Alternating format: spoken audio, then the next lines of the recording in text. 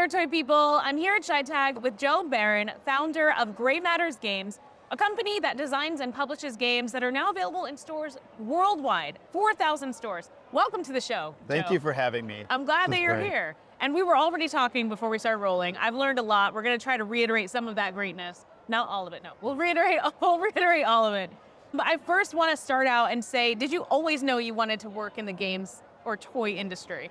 It came as a total 180. So I started my career in corporate finance and mergers and acquisitions. Really? So did a dozen years there. And then we were on a family road trip through the Arizona desert.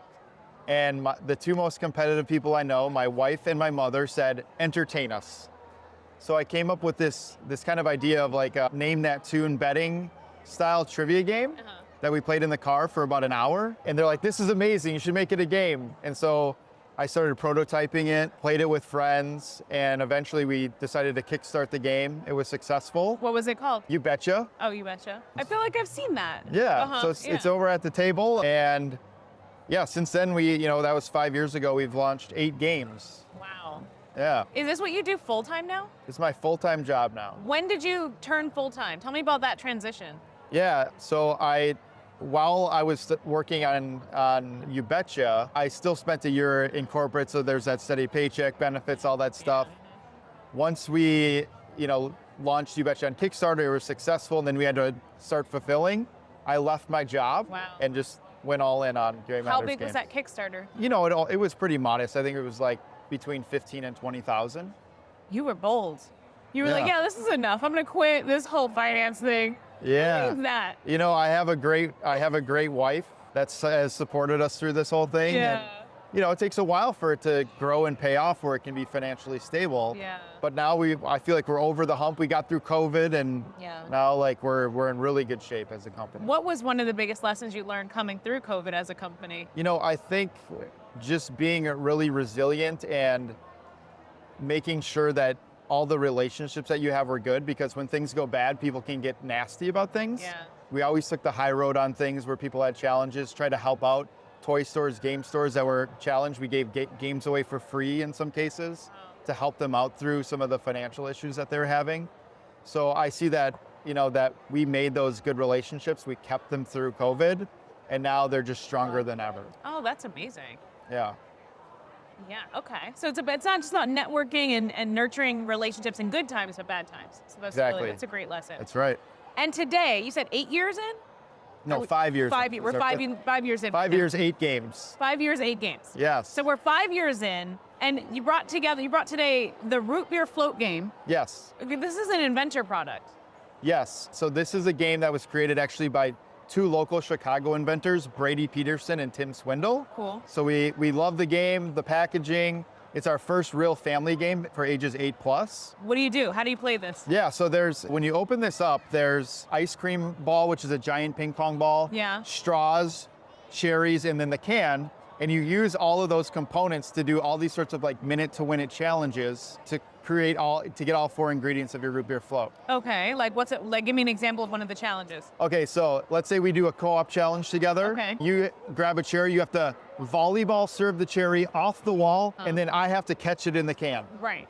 If we can complete it, then we get one of the ingredient cards to put into our hands. So is the whole thing a cooperative game? There's 3 types of challenges. There's solo, cooperative, where you get to pick your partner, and then head-to-head, where you pick who you go against. But then how do you know if you win? Who wins? When, like head-to-head, the person who wins gets to collect one of the ingredients. Okay. And then once you've gone around and round a few times. Oh, and co-op, we both get to get it. We both get to get it, yeah. So then when you collect all 4 into your hand, you win the game. Ooh, so have you ever played this game and thrown a co-op challenge because if you win this co-op challenge, then the person's gonna get it? Well, yeah, you got to be strategic about who you want to pick as your partner. They have 3 ingredients, so I'm going to pick the person who only has 1. Yes. Oh, it sounds fun. Yeah. Maybe we should get this. Maybe we should get this. Sounds fun. Okay. And wait, actually, hold on. Because we have inventors that listen to this podcast, can you tell me a little bit about how you work with inventors? So, the inbound stuff we have on our website. If you go on the top, inventors. Okay. And then we have a very easy submission form for people to submit their ideas. Do you review weekly, monthly?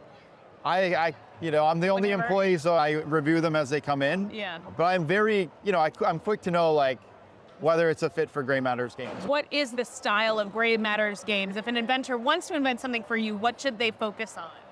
So I look for games that have two things. One is that you can take this game and sit down with the kids, the parents, and even the grandparents, Okay. and we can all have fun playing it together. Right.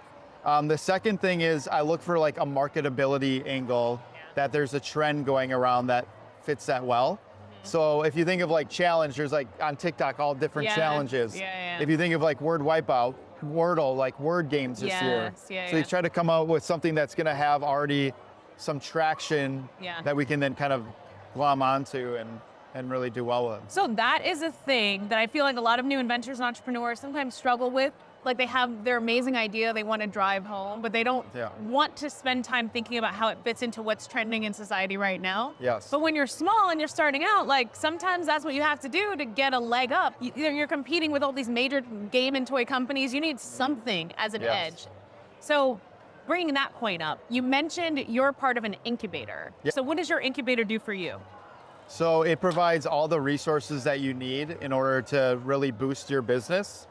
So if you think about like in buckets of what you need to be successful with a business, there's talent, there's knowledge, know-how, there's funding, right? They take all that and they connect you to the different resources that you need. So on the talent side, they get you interns, they connect you with people that can someday be employed by your business.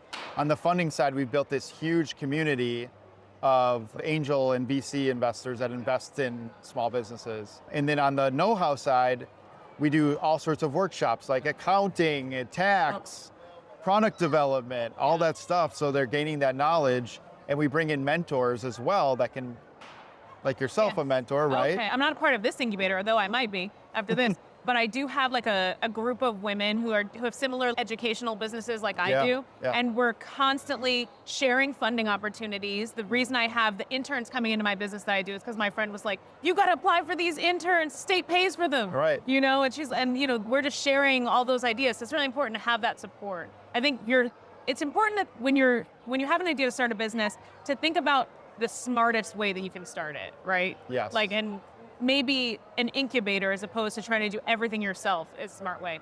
Did you have funding other than your Kickstarter for your business? We've essentially bootstrapped the whole business. Yeah. Okay, cool. Yeah. So this game, this is a cool story. Yes. Tell me how Word Wipeout came to be. Yeah, so we did just a class project with the graphic design students from College of DuPage. How are you connected to them? So College of DuPage is one of the founding members of Innovation DuPage, the incubator accelerator that we work with. So they work with, as like their capstone project, they bring in real clients to do real projects that will someday be commercially available. Right. So this just started as an idea of a game, and we did all the packaging. They actually helped like figure out the gameplay, so we did some play testing with them, and now it's at Barnes & Noble nationwide. How many students worked on this game? 3 students. And how long did you work with them on this game? It was about 4 months of them working on the packaging together. And then I worked with another group to do, so there's a electric timer in here. We worked with them on like the industrial design and doing the timer because it's a big, important part of the game. Yeah. And actually there's a fun story with the timer. When we were playtesting the original timer, it only had sound. And one of the playtesters had parents that were deaf, so they couldn't use the timer. Oh, man. We added an LED light that turns on when you hit it, and then when it gets to 5 seconds, it starts flashing faster and faster. Wow. And then it stops when it's done. So now there's what I came to find out, 80 million people are hard of hearing worldwide. So now they can access the game as well. And that calls back to like your original kind of why statement of you want games that the whole family can play, young to old, and now and any ability also. Right. So that's really good. And then I have to say, like he has at the bottom here the names of all the students on the box of who participated. And I think that's so important because I remember when I graduated and I started working in toy design, that I had to do all this like internship work to try to get like real world experience. But you're trying to do this internship work and it's a full-time job while you're in school. And then what you come out with is good, but it's not like a full, gonna have a long shelf life product. Right. So now these students have like they can go get jobs right out of school and be like, I actually worked on developing a product. Yeah, bring this to your that's interview. Where right? is this available? Nationwide at Barnes & Noble. I have a product that's in Barnes & Noble. Yes, you should hire me. You Right. know, I just graduated, but I already have a product that's in Barnes & Noble. No, that's amazing. Yeah, That's a great it's really program. fun. Yeah. Okay. So I want to ask more stories about your struggle. Have you experienced any struggle at all as you've been developing your games brand? Yeah, I think one big thing as you're growing faster, the faster you grow, inventory, right? So there's a lot of cash that goes up front, and it's seasonal because a lot of it's sold during the holidays. So you're like, oh man, we're gonna like triple the business this year. Where am I gonna find all the money to do the print runs, right? So there's the cash side of it as well. Obviously, all of us went through all the supply chain issues. Where a container was $27,000. Yeah, a container went from $4,000 to $27,000. Yeah. But now we're back down to 8. So Now, yeah. So it's better. Yeah. But wait, I have a question. Yeah. So first of all, do you remember the first big order? Did you know your first big order was coming before you got it? Yeah, the bigger retailers, they're planning out a year to 9 months ahead. So you get like your award letter well before you'd put in the order. But that lead time is getting like very like, you get the award and it's like, man, we got to get this to our distributor in like 6 months. Like it's really getting very tight. Oh, okay. Yeah. So the first time you got that award letter, I'm just curious, like, what did you do? Did you end up taking a loan? Did you end up saying like, you did everything bootstrapped. Did you say, Yes. we're going to take savings? Like, how did you feel?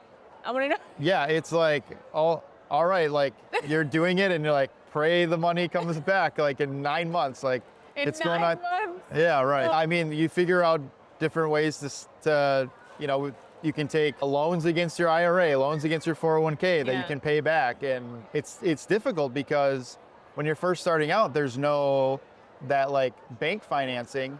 You don't have 2 years of financials to show them that you're a profitable business.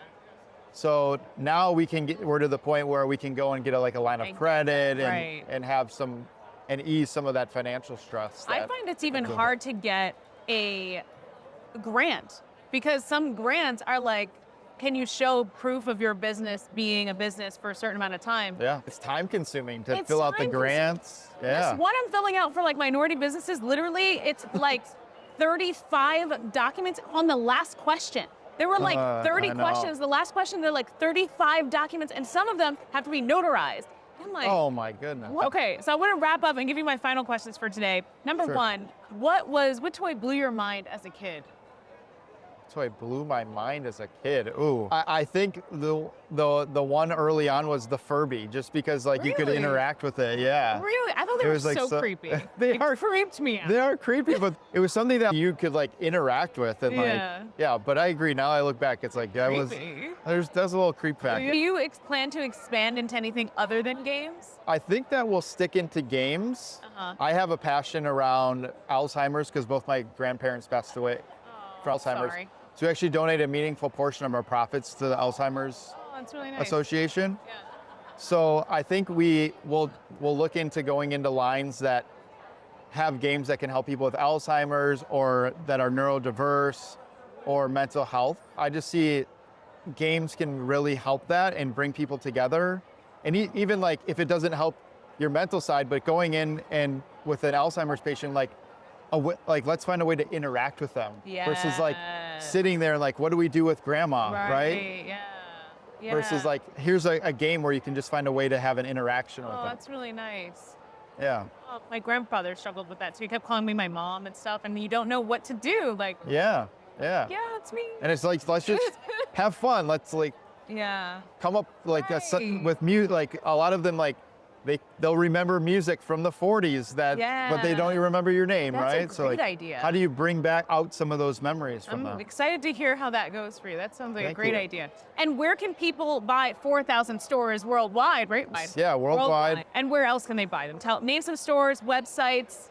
So you can find all of our stores are listed on graymattersgames.com. Okay. Even all of we have over 500 independent toy and game stores. If you type in your address, it'll show you your local store that you can buy them. Yes. And then Root Beer Float is at Barnes & Noble, Meijer, Kohl's, Amazon. Word Wipeout is Barnes & Noble, Indigo up in Canada, and then also on Amazon. Amazing. Thank you for being here Thank today, you. Joe. This has This been was great. fun. Yeah, it was Yeah. great.